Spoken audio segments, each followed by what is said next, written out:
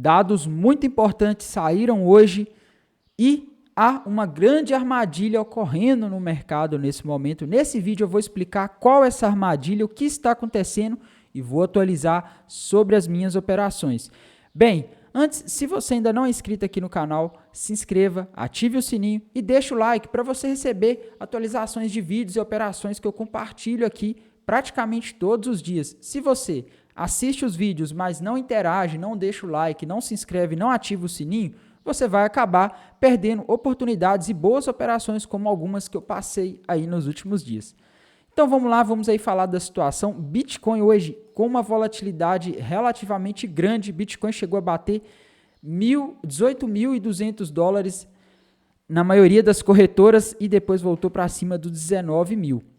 Mas essa oscilação do Bitcoin, na minha visão, é até pequena se a gente olhar para esse cara aqui, o índice das 500 maiores empresas listadas em bolsas nos Estados Unidos. Ele chegou a cair ali em questão de minutos, ele chegou a cair quase 3%, pessoal. Esse índice que eu estou falando com vocês é o índice das 500 maiores empresas listadas em bolsas dos Estados Unidos, tá? O SP500. Galera, é o mercado americano caindo em questão de segundos 3%, o maior mercado acionário do mundo, tá? Vou colocar aqui no gráfico de 1 minuto, a gente vê que foi ali em 3 minutos, na verdade em 1 minuto, né? Quando o dado saiu às 9h30, o mercado caiu 2,5%, o SP500. Gente, a gente está falando do maior mercado acionário do mundo. É uma destruição enorme de riqueza, isso aqui é muito valor deixando de existir, tá? Não é pouca coisa. A volatilidade do Bitcoin, das criptomoedas hoje, foi relativamente pequena perto do que a gente está olhando aqui no SP500, a gente, né, dado as proporções de cada mercado. Então aconteceu algumas coisas muito graves, estão acontecendo várias coisas graves, existe uma armadilha terrível nesses movimentos do mercado, eu já vou falar disso, mas só para contextualizar vocês do que está acontecendo, pessoal. Aquilo que não podia acontecer, aconteceu. Como eu estava dizendo nos últimos dias, o dado mais importante dessa semana era o CPI, o Índice de Preço ao Consumidor dos Estados Unidos, que seria divulgado hoje às 9h30 da manhã. E como eu vinha dizendo, ele não poderia vir acima do esperado. E o que aconteceu? Era esperado 0,2%, veio 0,4%. Ou seja, veio o dobro do que o mercado estava esperando. A inflação nos Estados Unidos continua subindo de forma acelerada. A inflação nos Estados Unidos está se tornando uma inflação inicial. Ela já deixou de ser uma inflação ali simples de oferta e demanda. Ela se tornou uma inflação que está difícil de combater. A gente está tendo um aumento de juros mais rápido nos Estados Unidos da história, galera. Essa subida de juros que a gente está vendo é a mais rápida nos Estados Unidos da história. Nunca subiram juros de forma tão rápida como estão subindo nesse ano de 2022. A gente começou o ano com juros lá nos Estados Unidos praticamente a zero e agora a gente está prestes a fechar o ano próximo de 5%. A gente está falando do mercado de renda fixa mais importante do mundo. E mesmo com todas essas medidas, a inflação nos Estados Unidos segue forte. Ela segue vindo acima do esperado na maior parte dos meses, tá? Um ou outro, no caso agosto veio abaixo, mas tirando agosto, todos os meses a maioria dos meses a inflação veio acima do esperado nos Estados Unidos. E pior, a gente não está tendo deflação nos Estados Unidos, pelo menos olhando o CPI, tá? A gente está tendo sempre inflação crescendo. Agosto foi um mês menos pior, onde ela cresceu menos do que o mercado esperava, mas não deixou de crescer, tá? E importante, galera, mais importante do que o próprio CPI que a gente tinha hoje, era o núcleo do CPI, né, que era esperado 0,5%, ele subiu 0,6%, ou seja, também acima do esperado. Era esperado um crescimento na base anual de 8,1%, a inflação iria para 8,1% e ela foi para 8,2%. Então, meus caros, a inflação nos Estados Unidos não está cedendo, tá? Outro dado que saiu também às 9h30 da manhã, o pedidos iniciais para seguro-desemprego. Um dado também extremamente importante, que mostra como que está o mercado de trabalho lá nos Estados Unidos. Eram esperados aí 225 mil novos pedidos para seguro-desemprego. Vieram acima da expectativa do mercado, o que é bom, viu, pessoal? Mais pessoas recorreram ao seguro-desemprego, mostra que a economia dos Estados Unidos, o mercado de trabalho está perdendo tração. Mas, para a gente ter um mercado de trabalho realmente perdendo tração a ponto de combater essa inflação que a gente está vendo subir sem parar, a gente precisaria provavelmente de muito mais pedidos iniciais para o seguro-desemprego, precisaria de muito mais pessoas infelizmente perdendo emprego. A gente teve também a divulgação de estoques de petróleo, veio bem diferente do que o mercado estava esperando.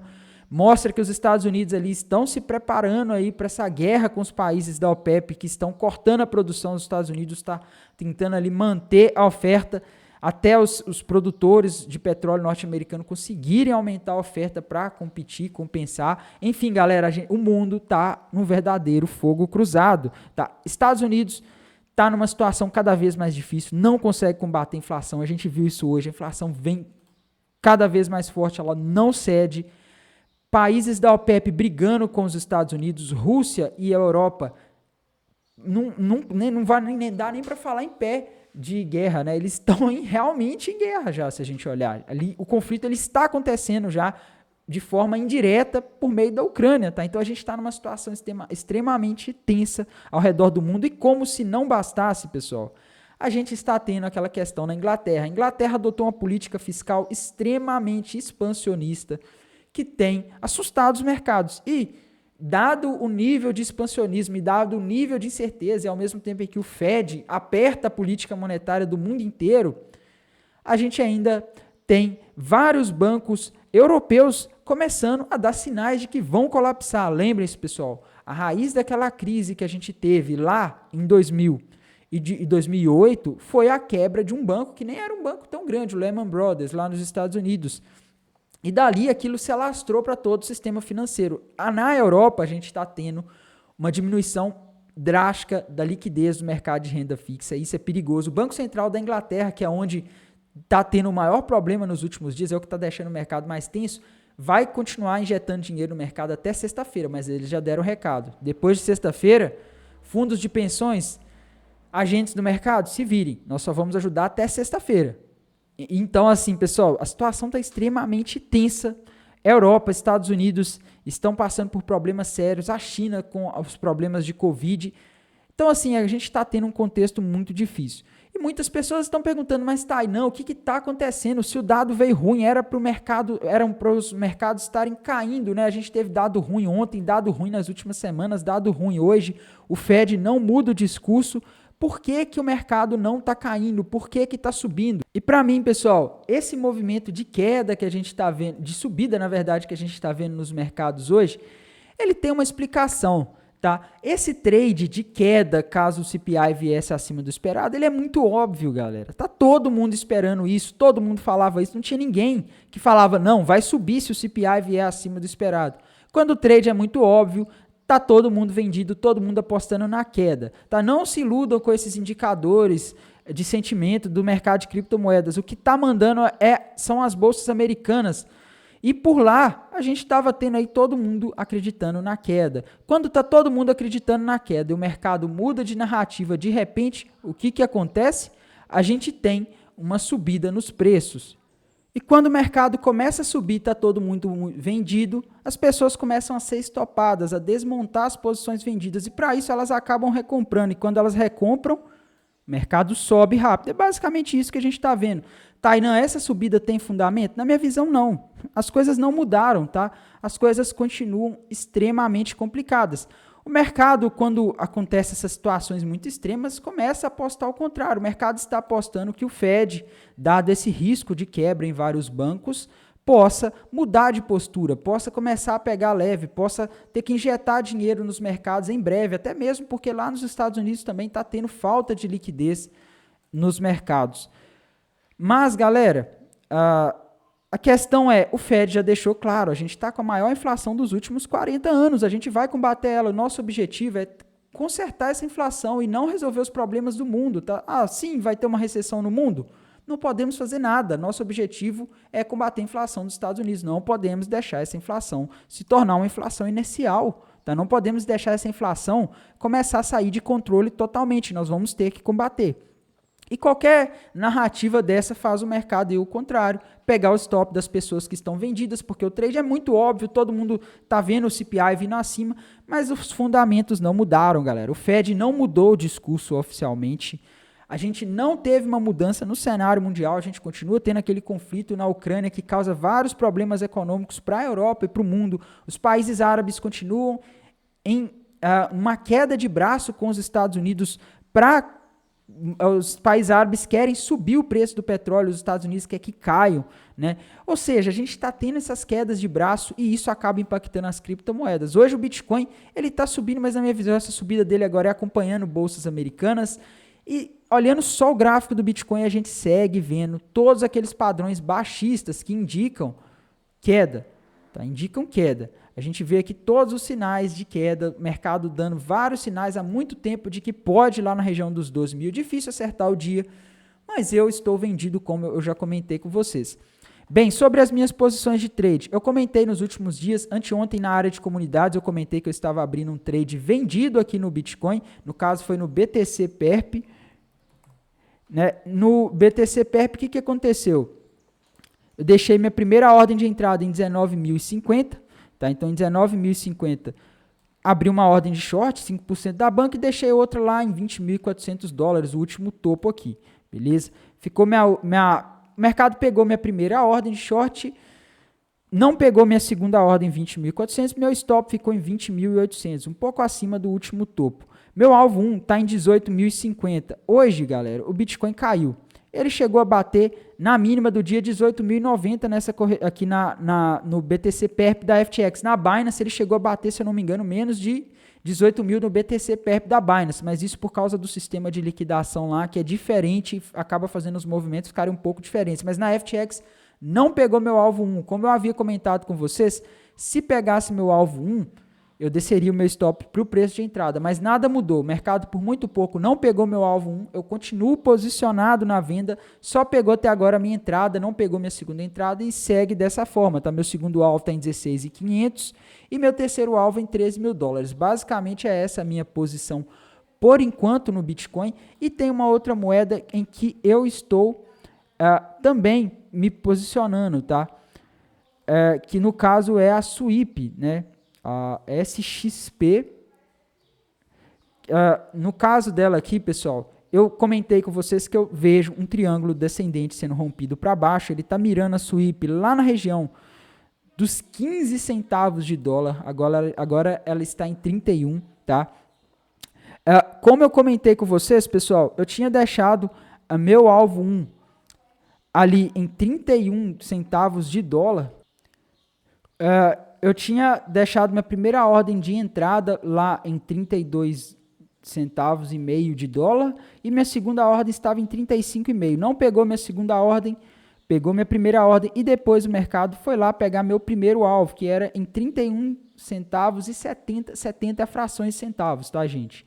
Pegou meu primeiro alvo, meu stop foi movido aí para o preço de entrada, tá? Porém, o mercado ele não voltou lá nos 32 e meio, que é onde está meu stop agora. Meu stop, então, foi para o meu preço de entrada, 32,5. Já realizei um terço e meu segundo alvo vai ser realizado se a SWIP bater lá nos 28 centavos de dólar. Ela chegou a bater 29, chegou muito perto, quase que bateu meu alvo 2 hoje, tá? Mas ainda não bateu, então só bateu o alvo 1, só realizei um terço da posição. Meu terceiro alvo, galera, ele está em 18 centavos de dólar, mais longe, mais difícil de bater. A cada alvo que bate, eu realizo um terço da posição. Aquela outra ordem de entrada em 35,5 que eu tinha deixado, já cancelei, meu stop não está mais lá em 36,5 como no dia em que eu passei a operação. E é basicamente isso, sigo vendido na SWIP, só que agora eu não tenho risco de perder. Se a SWIP voltar a subir e bater ali nos 32,5 de centavo, aí, meus amigos, vai pegar meu stop que vai estar no preço de entrada, já realizei uma parte no lucro, no pior dos cenários eu fecho a posição com um pequeno lucro, beleza? Então, do trade da SWIP é isso, e sobre o trade da Cardano, galera, o que está acontecendo com o trade da Cardano? Na Cardano a gente também tem um triângulo descendente que foi rompido para baixo. Desde o início do ano eu vinha falando que a gente tinha um alvo para esse ombro, cabeça-ombro na Cardano. O alvo desse ombro, cabeça-ombro está lá na região dos 20 centavos de dólar, dos 35 centavos de dólar, e hoje a Cardano bateu os 35 centavos de dólar, tá? E como que era a minha operação na Cardano, galera? Só para deixar bem claro para vocês aí como que eu montei essa operação, tá? Eu deixei duas ordens de entrada, uma em 45 centavos, isso aí semanas atrás, na semana em que teve atualização da Cardano, o hard fork vazio, tá? Então, deixei minha primeira ordem lá em 45, minha segunda lá em 48, e a Cardano foi lá, e pegou as minhas 2 ordens, tá? Ela chegou a subir, na verdade foi aqui, ó, foi no final de, enfim, a Cardano pegou minhas 2 ordens, ela foi lá nos 48 centavos, e depois que ela pegou as minhas 2 ordens, eu deixei o meu alvo 1 lá em 43 centavos. Ela bateu o meu alvo 1, realizei um terço, desci meu stop para o preço de entrada em 45 centavos de dólar. Meu segundo alvo, galera, ficou em 35 centavos de dólar. E hoje a Cardano bateu meu segundo alvo. Então, 2/3 dessa posição de short eu já fechei. Meu stop está no preço de entrada, eu não corro o risco de perder. Meu terceiro alvo está em 25 centavos de dólar. Se a Cardano cair mais, eu vou fechar completamente essa posição de short. Então, meus trades estão indo bem. Só o trade do Bitcoin aqui que está mais vulnerável, porque não consegui que ele batesse meu alvo 1. É até bom, porque eu acredito, galera, que a situação não mudou, tá? O contexto continua difícil, perigoso, e esse movimento, na minha visão, é uma armadilha. É para pegar aqueles que estão entrando em um trade muito óbvio, entrando em um trade que parece muito fácil, mas no mercado as operações são igual matemática. Se está muito fácil é porque você está fazendo errado. Tem que ir com calma, com paciência, com frieza. Esses dias para trás aí eu errei o trade da XRP, né? Não errei, né? Eu só saí e o trade andou ao meu favor. Se eu tivesse ficado, eu teria ganhado. Mas, meus amigos, é paciência, é jogo de paciência. Eu não fico nessa ganância toda. Eu opero com calma, opero sem alavancagem, vou fazendo as coisas aos poucos. E quem quiser sobreviver no mercado tem que ter essa mentalidade. Tentar pegar as oportunidades aos poucos, não querer abraçar o mundo, não querer prever o que vai acontecer, beleza? No mais, galera, hoje à noite atualizo para vocês, acredito que a gente vai ter muita volatilidade ainda pela frente, os mercados estão se movendo muito rápido hoje, tome cuidado porque nesses dias de volatilidade é que os alavancados, é que os gananciosos perdem dinheiro, beleza? No mais, desejo a vocês aí uma ótima quinta-feira, até mais tarde.